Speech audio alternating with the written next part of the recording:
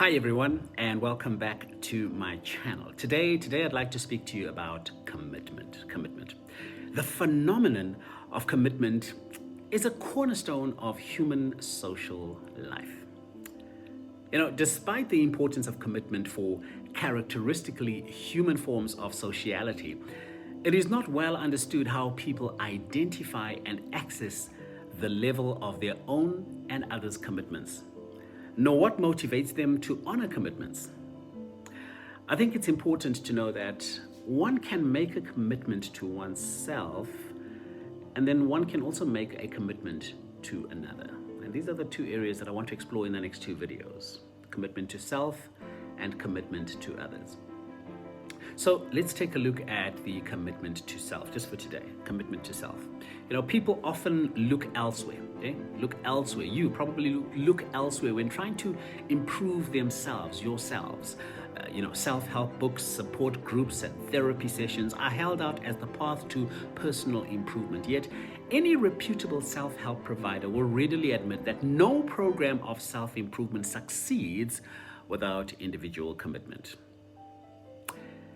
Everyone has a personal belief system. Everyone. A belief system is what you believe about yourself and is the direct result of your self-talk. Yep. Self-talk produces a subconscious picture of yourself that only you can see.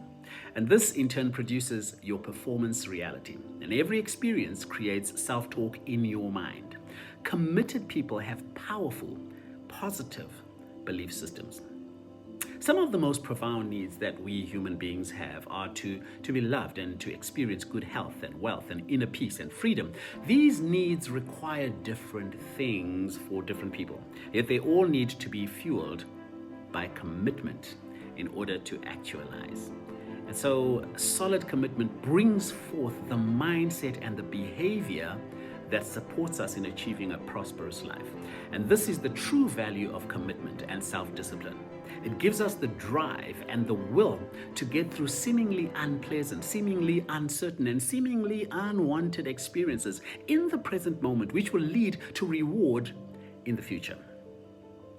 I remember when I began my professional speaking career, or hobbying, as I like to call it, I focused on things like persistence and resilience and relationships and mastering my craft. But I can tell you right now that commitment to achieving success in my own business was the key driver that got me to where I am today. Life comes with a lot of temptations, right? And you may have noticed this already. Every day brings many chances for us to stumble and to fall, break our promises, forget our commitment, and to do some stupid stuff. This is just how life works. When we create a clear goal for our future, for example, to lose a lot of weight, we can be sure that on our path to achieving that goal, there will be cravings, the breaking of rules, there will be suffering, self-doubt, cursing, and so forth. Many times we will stop to wonder, is this worth it? When we want to change or create something in our life, it all starts with a decision. And if we are determined and contribute to that decision time after time, we can start calling this commitment, right? It is called commitment. Psychologists call that initial decision the commitment device and define it as a decision you make with a cool head so that you don't do something regrettable when you have a hot head.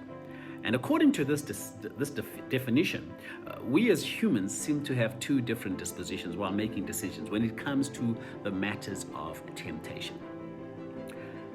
There's calm disposition or the rash innuendo dilemma. When we think with calm disposition, we allow our rational decision-making to take the lead in choosing what is in our best interest while respecting the well-being of everybody else concerned. This disposition has the ability to look into the future and predict the potential consequences of the actions taken in the present moment. While the calm disposition can simply wait for pleasure and rewards, the rash innuendo is very passionate about receiving instant gratification. I'm sure you know what I'm talking about. Rash innuendos operate from the conviction that there is only the present moment. Therefore, the consequences of current actions do not matter at all. So, the question is, what to do? What to do? In order to overcome the unequal battle between the present self and the future self, in the battle to keep our lifetime commitment, we need to practice and strengthen some specific mind muscles.